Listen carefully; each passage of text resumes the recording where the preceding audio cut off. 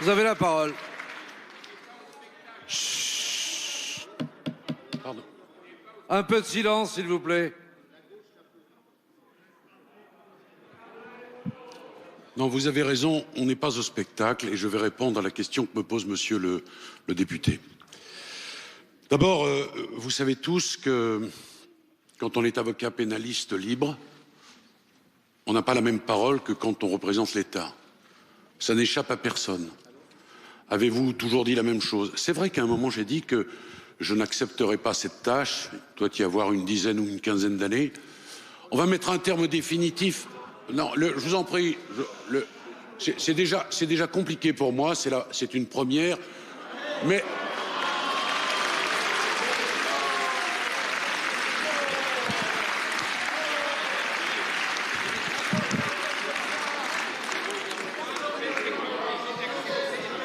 S'il vous plaît. Mais laissez-moi...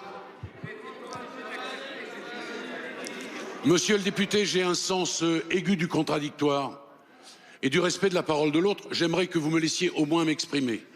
Oh, pardonnez-moi, on ne juge pas... Monsieur le député, je voudrais vous répondre complètement. On ne juge pas des hommes sur des a priori, me semble-t-il. Vous me jugerez sur ce que j'ai fait quand je l'aurai fait. Et pardonnez-moi, je vais vous dire quelque chose. Quand on est au café du commerce, on ne s'exprime pas comme quand on est avocat. Quand on est avocat, on ne s'exprime pas comme quand on est ministre. Ça, c'est pour la forme. Moi, au café du commerce, je ne porte pas de cravate. À l'Assemblée, j'en mets une. Voilà. Alors, je vais vous répondre. Je vais vous répondre. Est-ce qu'on décompte les interruptions? Non, on ne décompte pas. Ah, ben voilà. On souffre en silence. Mais ce serait bien... Cela fait 3 fois que ma parole a été celle d'un homme libre, ma parole sera celle du ministre de ce gouvernement.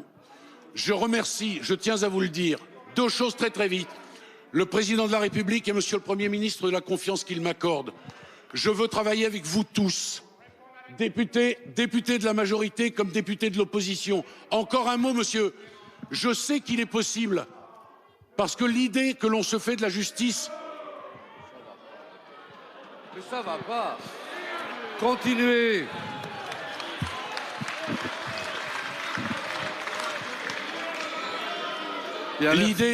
L'idée, monsieur le député, que l'on se fait de la justice, vous me l'accorderez, transcende les clivages.